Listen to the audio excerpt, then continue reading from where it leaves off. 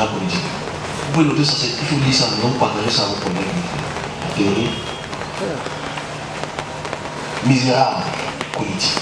C'est-à-dire que le cerveau humain, on a remarqué que pour la plupart des hommes qui vivent sur Terre, le cerveau humain n'aime pas réfléchir. Le cerveau humain cherche toujours des solutions rapides. Le cerveau humain cherche toujours des raccourcis.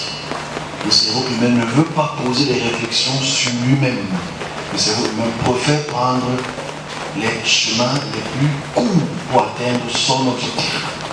Tant que ça satisfait son cerveau, il préfère rester dans cette situation cognitive.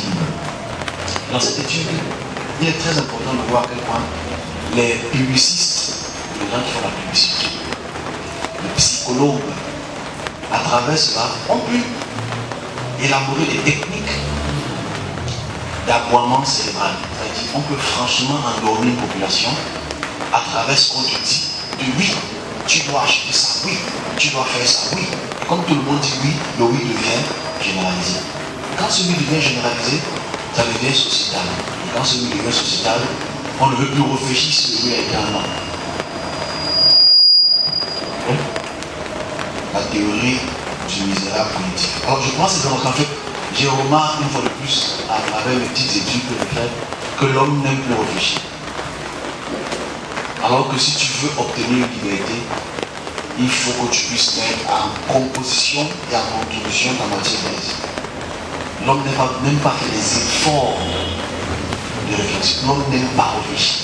Voilà pourquoi certaines personnes, dès qu'ils entendent mathématiques, physique, mon Dieu, c'est trop dur. Ils voulaient je mange. C'est très important de voir à quel point ceux qui n'ont pas pu résister à Zoé, c'est parce qu'ils n'ont pas voulu pousser leur réflexion pour la capacité politique, un peu plus loin. Parce qu'ils parlent trop, ils expliquent trop les choses. Moi, je ne suis pas là pour ça. Alors que la nature, elle est compliquée, mais elle est très simple. Okay? Alors ici, si je commence par ce paragraphe, c'est parce qu'on va devoir tous ensemble utiliser la partie qui est le moins utilisée par 98,9% de la population du monde. Le cerveau. On nous a toujours appris à réfléchir à la fois, mais à très peu pas le cerveau. Ok? Et ce que je vais dire aujourd'hui va, je prends juste une petite parcelle de mon expression, parce que je souhaite que le dimanche prochain, notre belle petite conférence soit illustrative.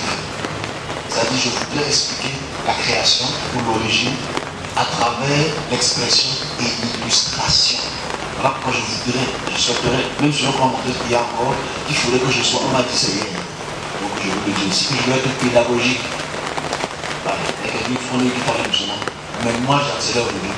Je vais parler doucement aujourd'hui. Donc, pédagogique. L'origine. Alors, si on a compris la capacité cognitive de la théorie du misérable, nous ne sommes pas non paresseux.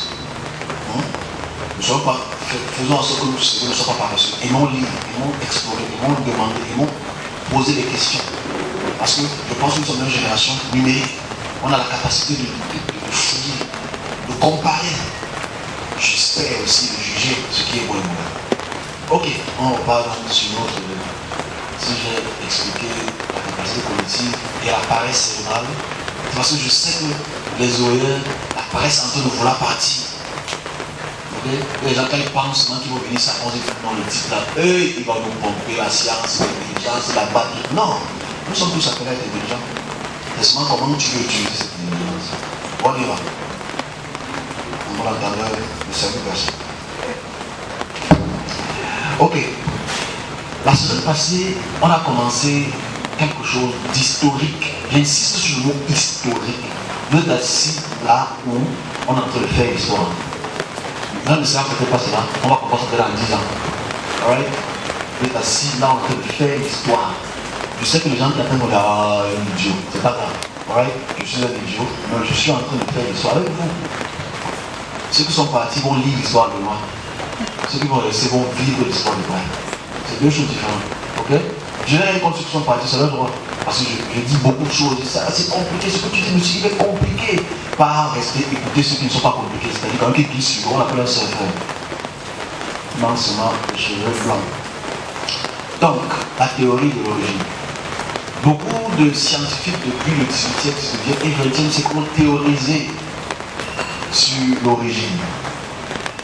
J'ai une semaine hyper spirituelle cette semaine, c'était vraiment, comme on dit chez les chrétiens, béni. Il était béni d'informations, rempli d'informations historiques pour lesquelles je voulais qu'on partage aujourd'hui et je voulais aussi que la semaine prochaine on le parle et que les gens puissent écouter et décider de mettre le cerveau en contribution. Je dis bien, on est en train de faire l'histoire. Beaucoup de personnes sont parties, vont lire l'histoire. Ils vont dire que j'ai très sympa, mais c'est pour donner l'inspiration. Je vais dire oui, j'aime encore le donne le 14e. Il y a 12 têtes. Et une tête mais je le relis. Et ceux qui seront là avec nous depuis vont voir la progression dans la constance des voyages intertemporels. Pourquoi l'origine? Alors, on a expliqué c'est quoi l'origine. Ici, l'origine veut tout simplement faire comprendre quand est-ce que tout a commencé. Mais le français qu'on dit le camp est déjà emprisonné d'une notion temporelle. Matin, soir, 1 heure, 2 heures, 3 heures.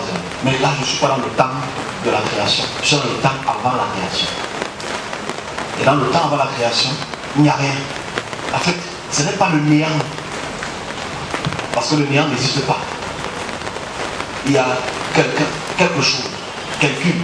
Ce n'est pas un être, puisqu'il n'y a pas encore de création. Il n'y a pas encore de créature. Je vais expliquer encore la semaine prochaine. Je prendrai des détails la semaine prochaine. Dans notre conférence, pour expliquer le fait que dans le rien, celui qui voit le rien a déjà une notion de quelque chose. Celui qui voit le rien a déjà une notion de ce qu'on appelle la couleur. Donc, vous savez que celui qui voit le rien voit le blanc. Mais le blanc n'existe pas encore. Ok? Le blanc immaculé n'existe pas encore. Mais j'ai expliqué la semaine passée quelque chose de très important et que je voudrais progressivement pour que vous puissiez, à travers le petit bouquin que vous avez eu, surtout ceux qui vont nous écouter, parce que beaucoup de gens nous écoutent déjà, on a des millions et des millions de vues, c'est vraiment quelque chose. De comprendre ce qu'on appelle la collision des particules. C'est comme si tu prends deux petits cailloux et tu les frappes. La première réaction qu'il y a, c'est que les pierres vont commencer à chauffer. Je pense comme un exemple caricatural. C'est ce qui s'est vraiment passé. On a la création que je sais pas la semaine passée. Il y avait un vortex. Il y avait une collision et un vortex. C'est comme un cercle circonscrit pour lequel au milieu il y a comme un œil, comme l'œil du cyclone, à quelque chose. Et ici, je voudrais expliquer comment le soleil, une fois de plus, s'est créé. Et je prends à travers le soleil pour expliquer ce qui s'est passé dans la création et tout ce qui est dans la création. Okay? C'est important. Je vais prendre la peine la semaine prochaine de le caricaturer et de l'illustrer. Alors, comme je l'ai expliqué la semaine passée, pour les puristes et pour les non-puristes, je fais l'effort de dire quand deux particules, ou électrons, ou protons, ou molécules, ou atomes, le nom que vous voulez utiliser, collident. Cette collision est ce qu'on appelle une fusion. Fusion veut dire deux choses collent et devient un. Et quand la fusion s'opère, elle dégage de l'énergie. Ok? Donc dans le commencement, qui est toujours actuel aujourd'hui, parce qu'en fait il faut dire une chose qui est claire. Ce que je dis aujourd'hui, depuis la création, est toujours actif aujourd'hui et sera actif demain. Ça veut dire que c'est une expression qui n'a pas le droit de changer, parce qu'elle est toujours interactive. Elle ne bouge pas. L'interaction entre les particules continue toujours aujourd'hui à se former. Là, c'est elle.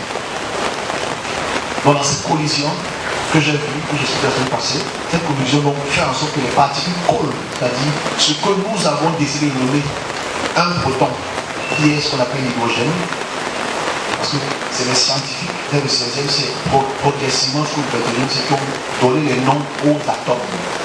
Okay? On va doucement ensemble. La semaine prochaine, je vais l'exposer, on va le voir, à travers la caméra. Donc ici, ces électrons donc, que nous avons décidé de donner un électron ou un proton, appelé ça hydrogène. Quand l'hydrogène collide entre elles-mêmes, mais qui a créé l'hydrogène? Qui a créé cette partie? C'est ça le mystère où les scientifiques sont bloqués. Ok? C'est là qu'ils sont bloqués. Parce qu'avant que l'hydrogène, les particules d'hydrogène collent, il y a d'abord ce qu'on appelle la matière noire. On commence par là. La matière noire, c'est quoi? Je vais expliquer ça la semaine prochaine. Quand je vais tabloïder cela. La matière noire, c'est la partie. Le noir que vous voyez derrière ce que vous appelez étoile. Ok?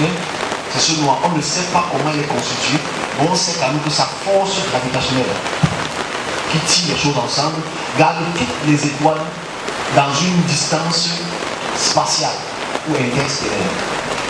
Ok? Simple. Ok? Donc, naturellement ici, donc il y a d'abord cette matière noire qu'on ne connaît pas le nom, qu'on ne sait pas comment ça interagit, mais qu'on sait qu'elle était là pour encadrer la fusion nucléaire. C'est comme quand j'ai posé un truc très intéressant il y a quelques jours sur ce que les Chinois ont pu développer, la fusion thermonucléaire dans le laboratoire. C'est très intéressant. Pour créer un petit soleil qui va être une source d'énergie très importante pour certaines réactions thermonucléaires. Ok, bon, c'est pas le sujet ici. Donc ces deux parties, quand elles collident, elles créent l'énergie. Cette énergie devient forte. L'énergie augmente le fur et à mesure que ces électrons collident. Quand ils collident, elles donnent naissance à d'autres électrons, à d'autres formes moléculaires. C'est-à-dire l'hélium, le deutérium et le tritium. Vous prenez comme ça de la pointe. On va vous montrer ce que c'est. Et ces éléments, donc, le fur et à mesure où il y a collision, le fur et à mesure ça dégage de l'énergie. Voilà pourquoi le soleil est chaud. On se comprend? Parce que ces réactions qui sont toujours en action créent ce qu'on appelle la chaleur. Mais quand ça crée de la chaleur naturellement, il faut savoir ce que je vais se passer. C'est que naturellement, automatiquement, il y a ce qu'on appelle la force gravitationnelle qui monte à l'intérieur. Bon, on y va rapidement. Et naturellement, comme je dis, la collision continue, la température fait augmenter. Parce que le fur et à mesure, les plus grandes parties se mélangent pour devenir des molécules.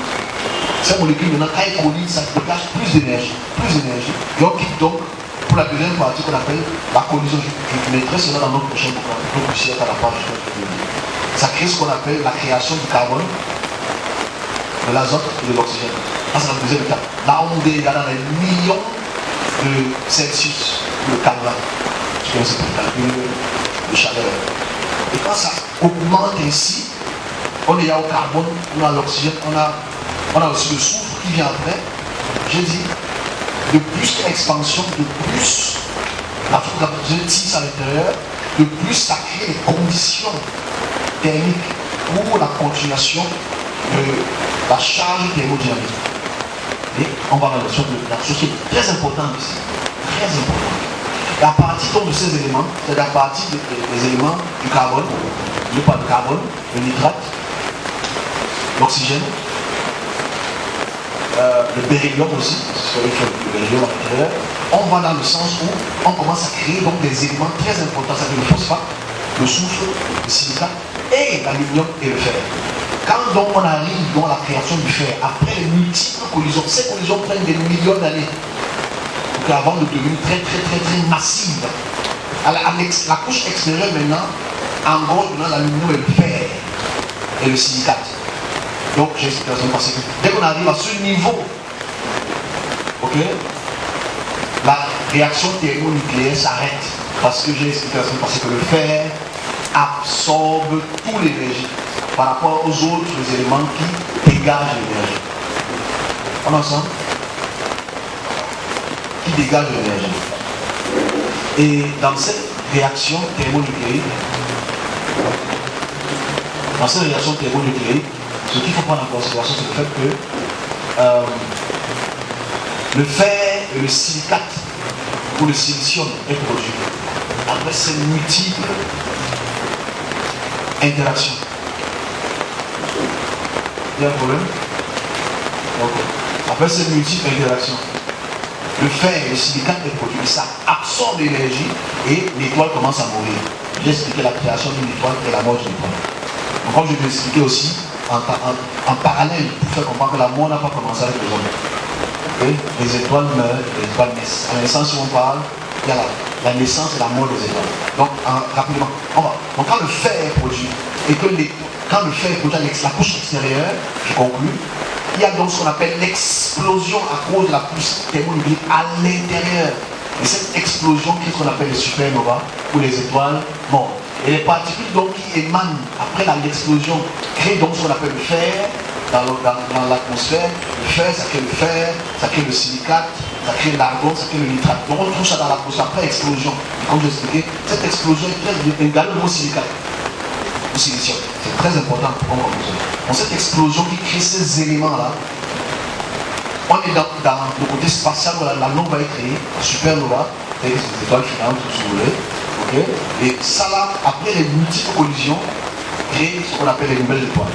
Ceux qui ont une masse très très grande. Regardez le mot aussi. Donc ici, voilà comment une étoile est créée et une étoile meurt. Mais l'explosion là est sous différentes formes. Parce que cette explosion qui rejette la chaleur à travers le fait que les couches intérieures sont plus chaudes que les couches extérieures à cause de la convection des métaux. S'il vous plaît, c'est important, vous allez écouter encore ça, après ça va vous édifier à comprendre comment la Terre est créée, ok? Ce qui est absolument incompris dans les textes bibliques. Donc ici, cette explosion crée des globes autour d'elle. Et comme la planète, l'étoile chaude rôde autour d'elle-même, ça fait en sorte que l'explosion là, des métaux qui commencent à se solidifier autour d'un soleil, crée ce qu'on appelle les planètes. Vous savez, le mot planétéas est un mot qui est romain. Je vais expliquer ça la semaine prochaine. C'est-à-dire, les Romains ont donné le nom planétéas, ça veut dire quoi? Ça veut dire un objet lumineux qui bouge. Okay? Parce qu'ils ont remarqué que dans le ciel, il y a certaines étoiles qui bougent. Bouger veut dire quoi? Quand ils cartographient le ciel, ils voient Mars dans un endroit, quelques mois plus tard, ils voient Mars dans un autre endroit. Ils voient que ça bouge, mais ils voient les autres étoiles qui ont toujours cartographié derrière. C'est important de voir ce qu'on appelle la distance interstellaire. On parlera de ça la semaine prochaine. Ok, c'est très intéressant ici. Donc on voit que l'explosion thermonucléique crée des éléments. Ces éléments sont le fer, le silicate, l'aluminium, le bauxite, etc. Tous ces éléments-là, à travers cette fusion thermonucléaire. La Terre donc est formée ici. La Terre est importante pour comprendre pourquoi on marche sur la Terre. Parce qu'on n'explique rien. Mais il faut qu'on explique aujourd'hui comment l'homme est créé. Parce que je vais dans ce sujet, comment l'homme est créé, comment les insectes, comment tout a été créé en fait. Mais je vais aller pas à pas sur l'origine. Right? Là, on ne peut plus mentir. Vous savez comment les étoiles sont créées. Vous savez comment l'étoile naît et l'étoile meurt. Personne ne peut dire ici qu'elle est ignorante. Donc la Bible est fausse. Carrément, le A à W et Z plus. On va plus loin que ça. On va plus loin que ça. Parce qu'il faut expliquer comment est-ce que. Oh, comment on a. Il faut expliquer comment est-ce que nous sommes sur Terre avec cette caractéristique atmosphérique. Cette caractéristique atmosphérique est très importante à comprendre. On souffre, on continue. Pour l'évolution, notre travail, on peut le faire ici. Donc ici, la première partie c'est très intéressant. La première partie c'est très intéressante pour comprendre la suite. Dans la suite maintenant, il faut qu'on comprenne comment la Terre est créée. Parce qu'on a vu comment les étoiles sont créées. On a vu ce qui se passe autour des grosses étoiles qu'on appelle les géantes jaunes. Où à l'intérieur il y a une éruption de fusion thermonucléique pour lesquelles à l'extérieur de cette grande lumière émanent des métaux en continu et en continu depuis des milliers et des milliers et des milliers d'années. Donc la constitution chimique qui a dans le soleil, on retrouve ça dans toutes les planètes. Pas seulement ça, on retrouve ça dans toutes les galaxies.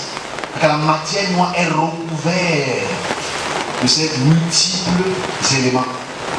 On ensemble, on continue. C'est la partie qui est très intéressante. Very important.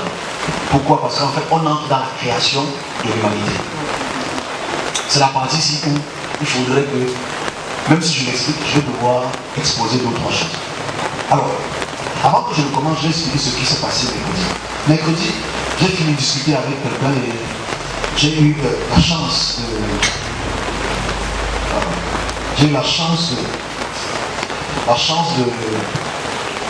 de voir, on m'a ramené dans la préhistoire. Mercredi. On m'a ramené dans la préhistoire et je vois trois choses très importantes pour lesquelles je vais expliquer progressivement.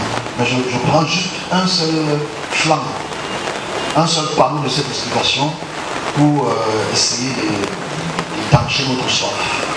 On ne va pas tout comprendre aujourd'hui, hein. On va comprendre progressivement. Je prendrai les questions. No problem. Je prendrai les questions. Donc ici,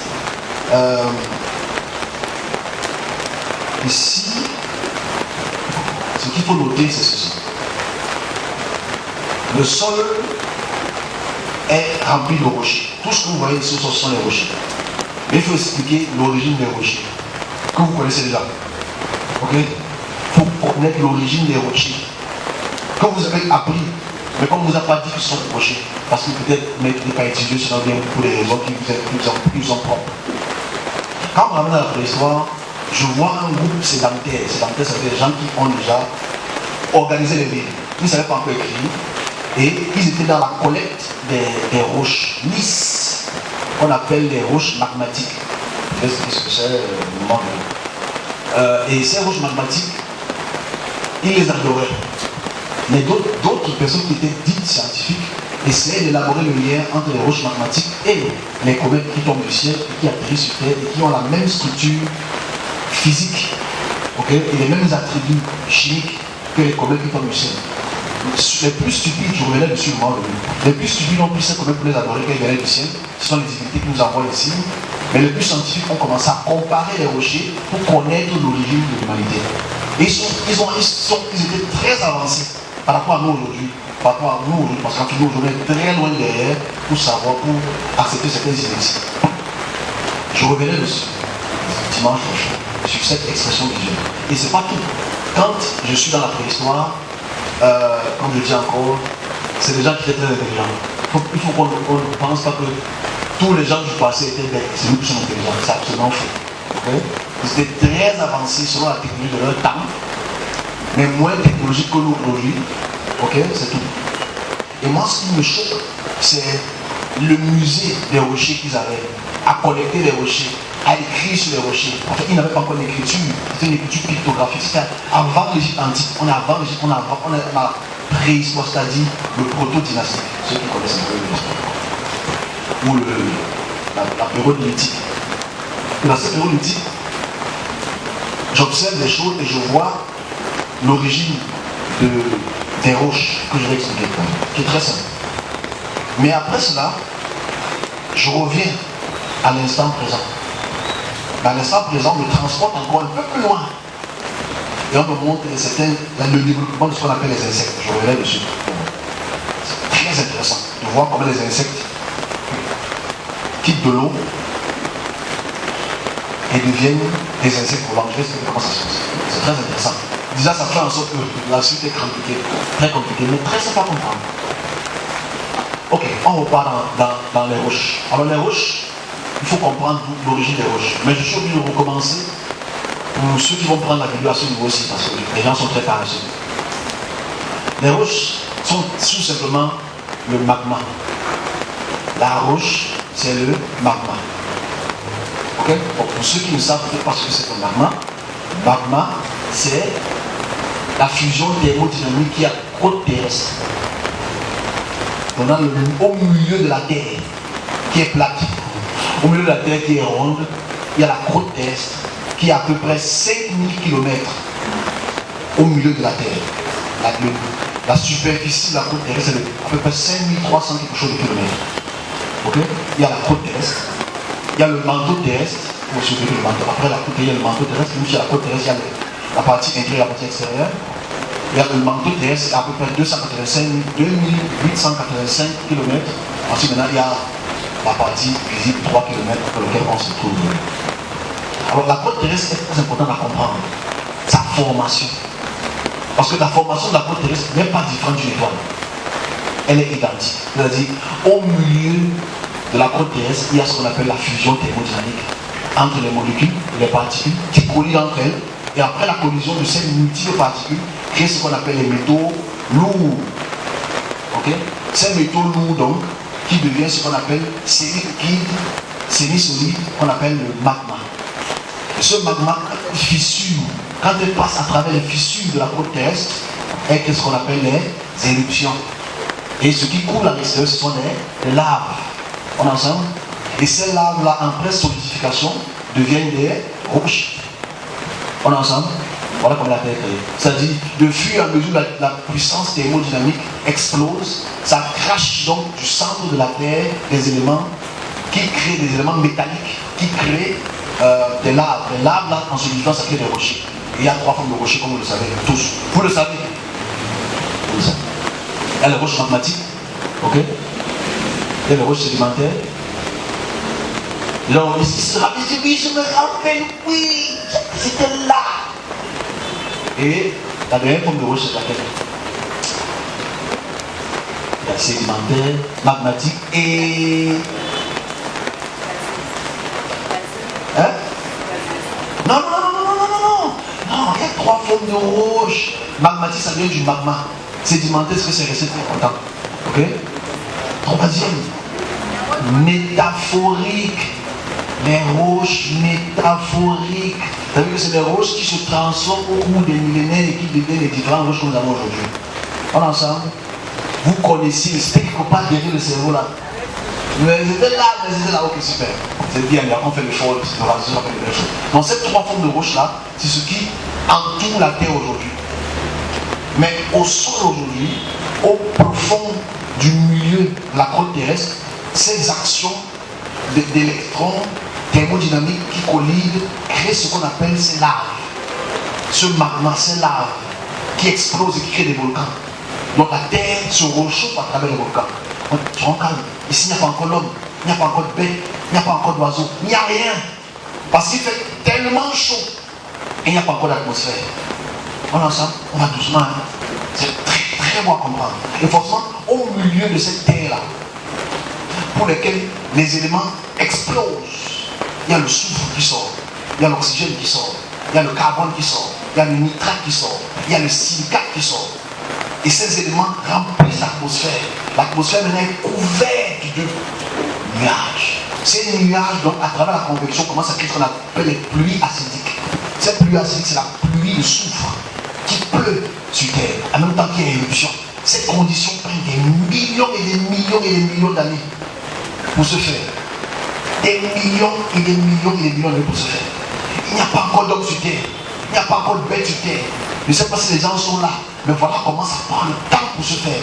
Ces tractions qui commencent à créer les côtes terrestres, qui commencent à créer les côtes océaniques, c'est-à-dire de fur et à mesure les pluies acidiques, de plus à mesure il y a le soleil qui frappe de l'extérieur, ça crée des conditions atmosphériques. Voilà comment les conditions atmosphériques sont créées. Voilà comment les différentes couches sont créées dans l'atmosphère. Il y en a plusieurs. On va expliquer ça dans notre conférence la prochaine. Il n'y a pas encore d'hommes. Il n'y a que des rochers. Les rochers remplissent la terre. À travers les collisions entre les rochers, à travers les collisions entre les rochers, à travers l'affaissement des rochers, ça crée ce qu'on appelle les plaques continentales. Donc, vous les connaissez aujourd'hui. Et on sait, ceux qui le savent mieux que moi, que ces plaques continentales, quand il y a éruption violente, ça divise les plaques continentales. Ok? Ces plaques continentales, elles sont divisées, ça crée des continents. C'est très simple à comprendre. On est ensemble, non? C'était dans la tête, c'est que vous avez souvent décidé de regarder Paloma et Roberto. C'est ces différentes plaques-là qui se divisent, continuent, la fusion thermonucléaire continue, l'atmosphère continue à garder les éléments, créer de nouveaux éléments. Ces nouveaux éléments commencent à créer ce qu'on appelle les cellules. Ok? Les cellules. Bon, là maintenant, on entre un peu dans la biologie. Je vais pas aller trop profond, je ne vais pas entrer parce que je vais dire que ça soit prochain. Les cellules. Les cellules commencent à être créées. En même temps, n'oublions pas que dans la formation de la Terre est encore en train de rôter autour d'elle-même et faire une révolution autour du Soleil. Elle tourne. Naturellement, il y a aussi d'autres comètes qui se créent et d'autres comètes qui fusent à travers l'explosion des supernovas. Elles explosent, elles viennent frapper la Terre. Donc d'autres éléments et d'autres comètes viennent frapper la Terre. Voilà qu'on a les cratères. Ok? On a les cratères qui ont des dimensions comme le Grand Canyon. Il y a les grands cratères. Et ces grands cratères-là apportent d'autres éléments de d'autres sphères sur la Terre, dans d'autres conditions atmosphériques. Il n'y a pas encore d'eau, il n'y a pas encore de paix, il n'y a rien. L'eau commence à s'accumuler sur Terre parce qu'il y a la pluie acidique. Cette pluie acidique remplie de silicium, remplie de nitrate, remplie de sodium et le soufre remplissent la Terre. Des pluies torrentielles. Torrentielles parce qu'en fait, vous savez, ce qui crée le tonnerre et les éclairs, ce n'est pas le mal du village. Right? c'est que les vents chauds et les vents froids se rencontrent. Quand ils se rencontrent, les électrons du vent chaud et les électrons du vent froid, quand ils collident, et qu'est-ce qu'on appelle l'éclair. Vous savez ça, je sais que vous savez. Bref. Et ces éclairs, donc, ça crée la pluie. Cette pluie devient torrentielle et puissante. Donc il y a la pluie qui commence à remplir les marais, remplir les cratères. C'est la création des océans. Ça prend des milliers d'années pour rester dans ce type de conditions. Il n'y a pas encore l'homme. L'eau n'est même pas encore salée comme elle est salée aujourd'hui. L'eau est pleine de soufre. Parce que l'une des matières premières de l'éruption, c'est le soufre. Vous savez que quand on creuse le sol, pour ceux qui le savent, même quand on cherche le pétrole, on trouve d'abord le soufre. Ça s'appelle la distillation, qu'on sépare le soufre du pétrole. On est ensemble? Même quand on creuse le bauxite, c'est-à-dire qu'on prend le fer, on prend l'aluminium, on trouve beaucoup de soufre. À travers la distillation qu'on sépare le soufre du liquide. Bref. Donc ça veut dire, ce sont les éruptions depuis le corps, la base, qui crée donc ce que nous sommes aujourd'hui. Mais là, il y a des tonnerres, des éclairs puissants, le ciel c'est pas visible, parce qu'il y a trop d'éruptions. On se comprend? Parce qu'il y a trop de fission entre le sol, il y a trop d'éruptions. Ça crée donc les conditions de glaciation. On est ensemble? Je sais pas les victoires. À quelles conditions de glaciation? Ça prend des milliers d'années. Ça prend des millions d'années, tout ce là. Mais je sais ça donc expliquer comment la Terre est formée. Donc la Terre est à l'instant là, à 80% faite de roches. Et les roches là qui érodent, l'érosion ça veut dire quand le rocher passe par le vent ou les eaux, etc. et ça gratte les sédiments autour d'elle et ça fait ce qu'on appelle le sable. Ok, le granit. Parce que le sable ne tombe pas du ciel. Voilà pourquoi la stupidité qu'on dit qu'on veut de la poussière dans la poussière, c'est une connerie qui, même si on peut toujours trouver les moyens de trouver certaines conneries. Bon, on continue. On est ensemble. Là, il n'y a pas encore d'être. Mais les conditions atmosphériques commencent à fleurir. Mais il n'y a pas encore de plantes. Il n'y a pas encore de plantes. Parce que les plantes ne peuvent pas vivre encore quand il n'y a pas encore assez de lumière. Les cellules commencent à se créer. Ok? Les cellules mononucléaires, une cellule. On a encore une petite cellule. Les cellules commencent à se créer. Les cellules commencent à vivre dans les conditions de l'eau, mais de l'eau en soufre. Et ça prend des millions d'années. Il faut savoir, dans la création, parce que j'explique la création, après je vais expliquer une autre chose qui est parallèle à la création, qui est pour moi très importante. Il n'y a pas d'homme. Il n'y a pas personne. C'est important de voir à quel point les cellules commencent à se développer et naturellement, dans le développement déjà créé, les systèmes déjà créés, mais en création, ça veut dire quoi? On va comprendre après. C'est-à-dire que c'est déjà une fonction de la création, mais avant que ça devienne une création, ça passe par le développement. Avant que la Terre ne soit formée et qu'elle ne soit ce qu'elle est aujourd'hui, c'est passé par un développement. Donc celui qui voit la Terre au futur aujourd'hui n'a pas vu la Terre en son début, dans son développement. Alors que je dis, c'est formé, mais ce n'est pas encore formé. On continue. Donc ces cellules commencent à se multiplier, commencent à s'adapter au soufre. Et ces cellules-là dégagent le CO2, dégagent le soufre, dégagent ces matières et progressivement, on commence à avoir ce qu'on appelle la mitose. Ceux qui comprennent ce qu'est la mitose. Les cellules commencent à se subdiviser et créer des cellules de plus en plus complexes. De plus en plus complexes. Et naturellement, elles sont nourries par les roches. Ce sont les roches qui les nourrissent. Parce que les roches ont le carbone, ont le nitrate, et ont de l'oxygène et toutes les matières composites pour absolument faire développer ces cellules. Ces cellules se développent progressivement. Progressivement, elles se développent. Et qu'est-ce qu'on appelle les premiers êtres aquatiques? Unicellulaires. C'est comme ça que ça commence. Mais de fur et à mesure où l'atmosphère commence à se dégager, quand il y a de moins en moins de volcans, l'atmosphère se dégage. Ça prend des millions d'années. L'atmosphère qui se dégage progressivement crée les conditions de l'oxygène. Et ces conditions de l'oxygène changent aussi la condition des cellules.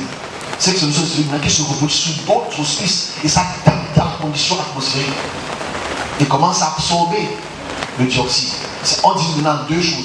Les cellules qui commencent à grandir sur les rochers, c'est ce qu'on appelle les algues. Donc ça s'appelle les petites algues qui se créent sur les rochers. Ces algues dépendent du carbone dans les rochers. On est ensemble? j'explique un truc qui est compréhensible. Je fais un petit bon aujourd'hui pour que vous puissiez comprendre. Quand vous êtes dans une maison et que vous fermez les fenêtres la nuit, qu'est-ce qui se passe avec les plantes? Est-ce qu'elles absorbent le dioxyde ou elles dégagent le dioxyde? En journée, elles font comment? Elles absorbent le dioxyde. Donc tu vois qu'en fait, ces algues ont commencé à absorber le dioxyde qu'ils trouvaient dans les roches. Ok? Ça a commencé à créer des cellules complexes. Ces cellules complexes ne dépendent pas encore du chlorophylle. Elles ne sont pas encore vertes. Petit début. Vous savez, j'ai dit ça au départ. Celui qui n'est pas réfléchi connaît la route. Bon. On va doucement. On met une petite pause. Petite pause, relaxation. Non, pas pause là-bas. Non, je veux qu'ils écoutent aussi. Parce qu'ils sont bêtes. Eux, ils sont pas intelligents. Je suis gentil. Alors, c'est quelle couleur ici? C'est le vert. On va dire, je ne sais pas la philosophie du vert. Non, vraiment. Ok? C'est pas la philosophie. C'est la couleur verte. Mais est-ce que vous savez que la couleur, ce n'est pas vert? Ce n'est pas philosophique. Non, vraiment. La couleur, ce n'est pas vert. Je vais vous expliquer. C'est pas la philosophie, c'est pas rouge, donc c'est pas le bleu. En fait, il faut savoir que la lumière a combien de couleurs? Les UV ont combien de couleurs? Le rouge, le violet, le bleu, le vert, le jaune. Ah. Noir. Bref, vous connaissez. Ok? Donc naturellement, le spectre de la couleur que vous voyez, c'est parce que cette couleur, si vous réfléchissez seulement le vert, elle absorbe toutes les couleurs. Et qu'en fait, si tu mets le noir ici, c'est la couleur noire, si je mets le noir absorbe toutes les couleurs. C'est ce que cette matière-ci réfléchit le vert. Voilà pourquoi tu vois le vert. En fait, je dis ça pourquoi? Parce qu'en fait, c'est la même chose que le chlorophylle. Au départ, les plantes n'étaient pas vertes. Les plantes ont commencé à s'adapter au vert. Ok? Avec le temps. Parce qu'en fait, au départ, il n'y a pas encore cette lumière et cette production de chlorophylle parce qu'elle absorbe directement le dioxyde de carbone à travers les rochers. Qui les nourrit? Vous savez, la chose qui nourrit le plus de plantes, à part l'oxygène et le dioxyde, c'est l'azote. Ok? L'azote, très important pour la croissance des plantes. Et naturellement, on revient rapidement. Donc, quand ces plantes commencent à se créer, il y a aussi d'autres cellules qui se créent en même temps dans l'eau, qui ne sont pas des algues, mais qui sont des petites structures microcellulaires qui commencent à se multiplier progressivement. Elles commencent à... Ce ne sont pas des tétards. C'est une colère, ok? Ce ne sont pas des tétards. Et c'est... Parce qu'il faut comprendre, sur chaque partie du globe de la Terre, les conditions atmosphériques sont différentes. Donc ces différentes conditions atmosphériques créent des éléments différents dans les régions différentes des autres. Par rapport aux conditions atmosphériques, aux conditions... En français facile. Imaginez-vous que des cellules qui grandissent à l'équateur seront différentes des cellules qui grandissent à l'Arctique. Parce qu'en haut il fait plus froid que là où il fait un peu plus chaud. Dans les conditions de croissance et de développement vont changer. Donc dans chaque cellule, la condition atmosphérique, la condition interne fait en sorte qu'il y a un développement. Voilà pourquoi on est noir et il y a les blancs. Parce qu'ils sont nés blancs au sens spirituel. Parce qu'en fait, les conditions atmosphériques, vu qu'ils vivaient dans l'hémisphère nord, ils ont commencé à devenir de plus en plus clairs de peau. Ils ont commencé à sécréter de moins en moins de mélanine. Naturellement, on ensemble. Donc l'attitude de la création s'adapte. On reparle. Donc le rocher est très important pour comprendre le développement de la création. En fait, nous venons du rocher. Ok? L'homme est créé à travers le rocher. Parce qu'en fait, le rocher avait tous les éléments nutritifs, chimiques et biologiques pour le développement unicellulaire et le développement multicellulaire qui ont créé donc ce qu'on appelle aujourd'hui les mitochondries et aussi l'ADN et l'ARN. Progressivement. Voilà pourquoi il faut qu'on puisse parler de la croissance des premiers éléments qui commencent à marcher sur Terre. Parce qu'en fait, le fait que ces éléments marchent dans l'eau multicellulaire, vivent dans l'eau et les algues commencent à prospérer, ok, certaines cellules commencent à se nourrir de ces algues, grandissent, s'adaptent aux conditions.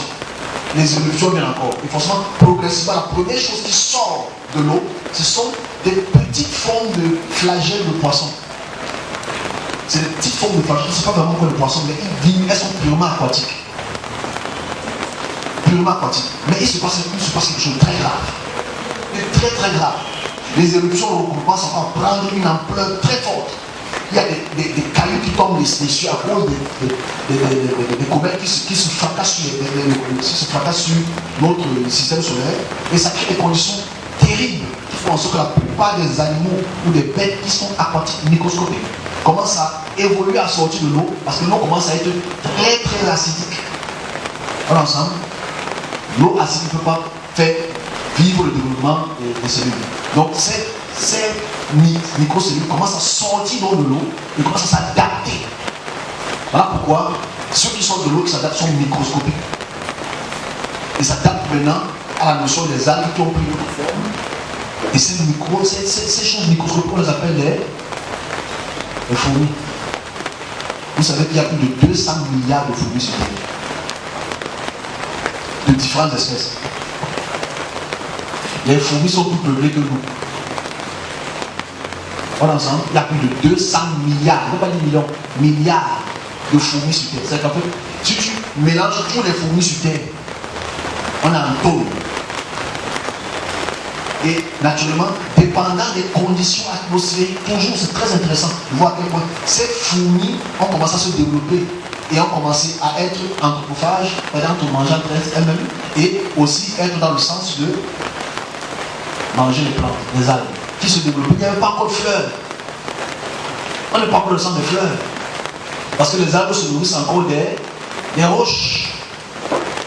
Je vais aller vite, je sais que les arbres dorment là. C'est tellement important de voir à quel point, quand on dit que le problème après je crois que c'est l'homme, c'est absolument fou. Je dis, le seul cycle aussi prend des millions et des millions d'années. On a dans des millions d'années parce que pour qu'une cellule se développe, il y a beaucoup de cellules qui meurent. Okay? Beaucoup de cellules qui meurent. Ceux qui arrivent à survivre développent une nouvelle souche, une nouvelle forme microbiologique, progressivement. Donc on est dans les insectes. Elles sont microscopiques. Elles se nourrissent des algues. Naturellement, nous n'oublions pas cela. Parce que les insectes sont très importants pour comprendre ce qu'on appelle la sexualité. Asexuelle. C'est-à-dire la capacité de se produire sans femelle. On est ensemble?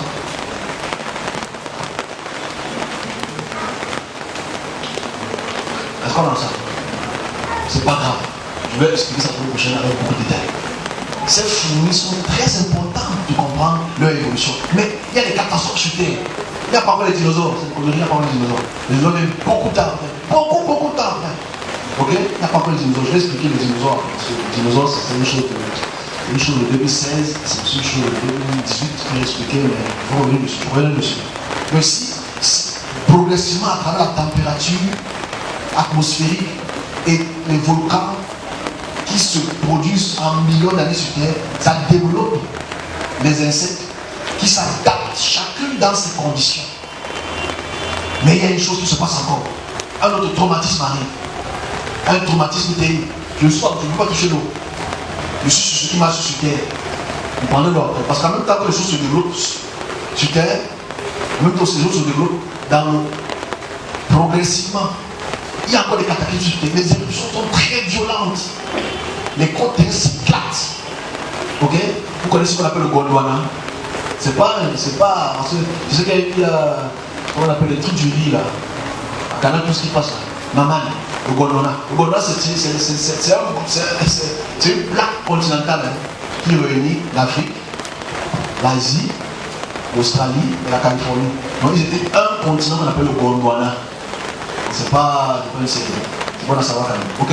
Donc ici, dans cette différence-là et ces plaques qui se divisent, qui créent les tsunamis, les insectes vont mourir. Elles sont microscopiques. On se comprend? Elles vont mourir. Donc elles ont commencé à développer. Comment est-ce qu'ils vont faire pour voler? Et progressivement, les souches qui survivent commencent à créer des ailes. Progressivement. On voit à quel point, je m'arrête là pour l'instant, parce que je sais que ce que je dis là, c'est beaucoup trop d'informations pour la tête de beaucoup, mais je m'arrête là pour conclure. C'est-à-dire la jonction, ok, nucléique, cellulaire, mitochondriale, des crustacés et des insectes, que j'appelais un petit bouquin que je vais déposer la semaine prochaine, pour que vous puissiez lire. Il y a des similitudes mitochondriales qui montrent la similitude entre certains animaux aquatiques qui ont marché sur terre et qui ont la ressemblance des insectes aujourd'hui. C'est-à-dire au niveau des pattes, les crustacés, tu connais très bien les crustacés. Je vais aller et m'arrêter sur un sujet très important.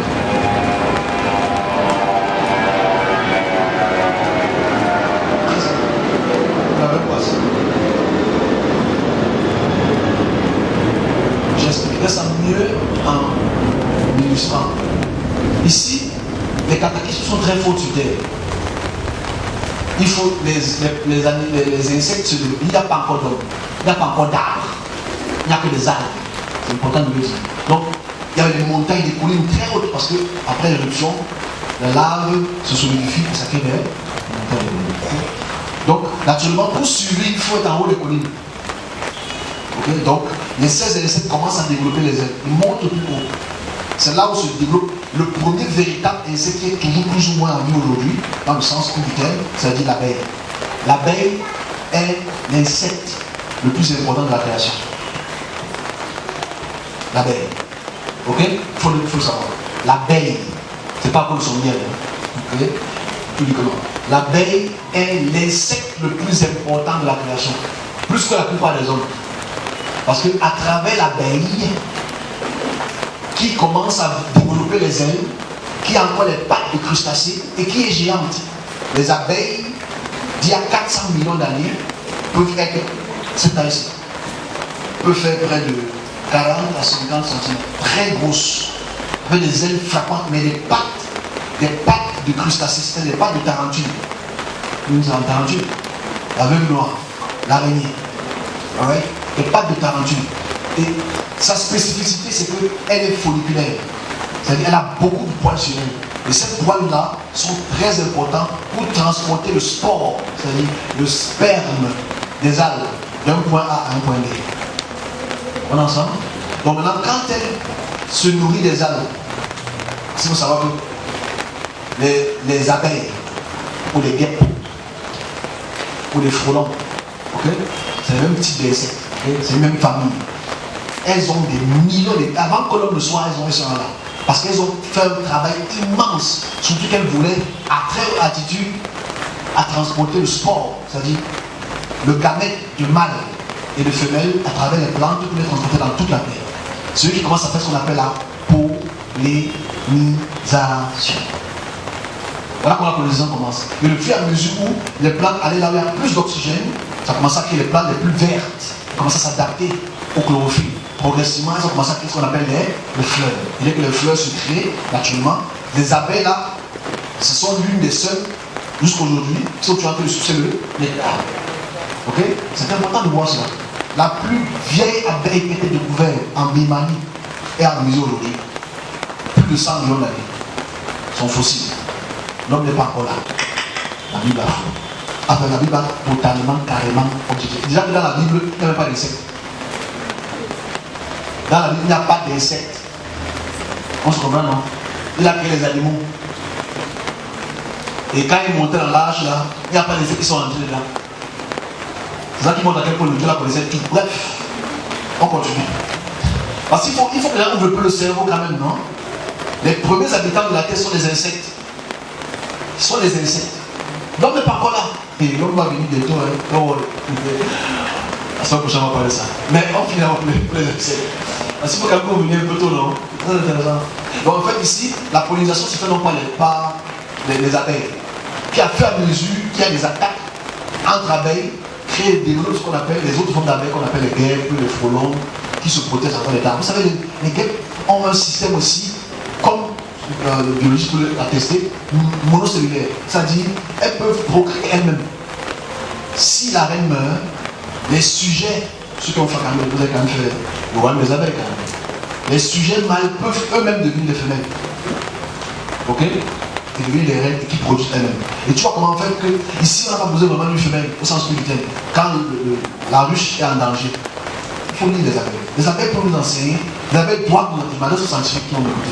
Si vous voulez connaître comment l'homme a marché sur terre, cherchez les abeilles. Ok? Cherchez les abeilles. Parce que les abeilles c'est le plus vieil insecte qui est encore là aujourd'hui, qui n'a pas trop changé de forme, ni de couleur. Parce que la couleur vive, noire, jaune de l'insecte a un rôle aujourd'hui. C'est pourquoi ils sont noirs. C'est pas pourquoi je t'habille en jupe, parce que vraiment, les filles qui s'habillent en jupe pensent que c'est comme les abeilles. Non. C'est un système visuel à infrarouge qui répulse les attaques. Ok? C'est une forme de sécurité. Bref, on continue. Donc ici, ce qu'il faut noter ici, mes amis, c'est que l'abeille commence à polliniser le sol. Et plus le sol est pollinisé, plus les arbres commencent à prendre la distance. Et quand les arbres commencent à prendre la distance, la hauteur, ça prend des millions d'années, ça prend des millions d'années. Naturellement, les plantes commencent à absorber le CO2 de l'atmosphère. L'atmosphère commence à devenir de plus en plus claire, parce qu'elle absorbe cela. Voilà pourquoi l'absorption du CO2, du dioxyde ou le dioxyde de carbone est important pour créer ce qu'on appelle aujourd'hui, qui ont pris des millions d'années pour se faire, le pétrole que vous utilisez. C'est des fossiles qui ont pris des millions d'années. Donc voilà comment les insectes sont créés. Il n'y a pas encore d'hommes. Des millions et des millions d'années encore. Il n'y a pas encore d'hommes. Mais dans l'eau qui bouillonne, d'autres insectes sont en train de se créer, qui vont commencer aussi à être complexes comme les plantes, complexes comme les insectes, et complexes comme l'homme. Ok? Parce que c'est une même famille. Donc, la semaine prochaine, je vais entrer dans le détail de comment l'homme et les animaux sont créés. Mais ici, je veux dire clairement que les premiers habitants de la terre sont les insectes, les animaux aquatiques. L'homme n'était pas encore créé. Donc l'homme n'est pas le roi de la terre. Parce que celui qui équilibre la terre sont les insectes. Voilà pourquoi, il faut le dire clairement pour les scientifiques, parce que comme on est tellement inculte, on ne sait pas vraiment ce qui se passe. Si le taux d'abeilles baisse, il y a moins de pollinisation. Et s'il y a moins de pollinisation, il y a moins de fruits sur terre. Parce que eux qui font le plus de pollinisation sur terre depuis des milliards d'années. Dis bien, des milliards d'années. Le plus vieil insecte qui est ici, 400 millions d'années. L'homme n'est pas encore là. L'homme n'existe pas. Je dis 400 millions d'années, n'est pas les 6 000 ans. Parce que pour les Juifs, la terre a 6 000 ans. C'est 5 874 ans. Ok? Je m'adresse à tous mes collègues. Il faut vous réveiller, sortir de ce sommeil profond. C'est un sommeil profond. Très profond. Donc avant que les insectes ne deviennent ce qu'elles sont en diversité, dû à la température, dû à la situation environnementale, ont développé des millions d'espèces d'insectes. Et aujourd'hui, on n'a même pas encore découvert un dixième. Il y a des millions d'espèces de plantes qui se développent en même temps. Parce qu'en fait, il faut savoir, vous savez ça quand même, vous avez remarqué ceux qui ont les champs. Si une plante qui sécrète, pourquoi est-ce que les plantes sécrètent du poison entre guillemets? C'est parce qu'il y a des gens qui viennent les manger. Donc, tu vois que les plantes s'adaptent aussi. Depuis des milliers d'années, ça s'adapte. Voilà pourquoi les plantes ont certains follicules. Voilà pourquoi les plantes se referment. Parce qu'en fait, les plantes s'adaptent au cours des millions d'années. L'adaptation n'est pas seulement celle de l'homme, mais l'adaptation de tout ce qu'il a créé. Donc, en fait, tu vas regarder ceci. Je m'arrête là pour la création de l'homme, de l'humanité, avant de prendre l'homme. C'est que la constitution des roches en silicate, en carbone, en azote, se retrouve dans les plantes, est nécessaire pour les plantes, se retrouve chez les insectes, nécessaire pour leur nutrition. C'est un bon cycle. On n'a pas encore dans l'homme. L'homme n'est pas encore là. L'homme ne domine pas encore sur tout. Va, domine, multiplie-toi. Rien de tout ça. On va essayer de comprendre la semaine prochaine. Est-ce que c'était un homme qui s'est auto-créé comme les insectes? Parce que les premiers insectes avaient la capacité d'être asexuels. C'est-à-dire qu'elles peuvent se développer elles-mêmes sans une femelle. Et à travers le développement elles-mêmes sans une femelle, créer ce qu'on appelle les chromosomes XX et XY.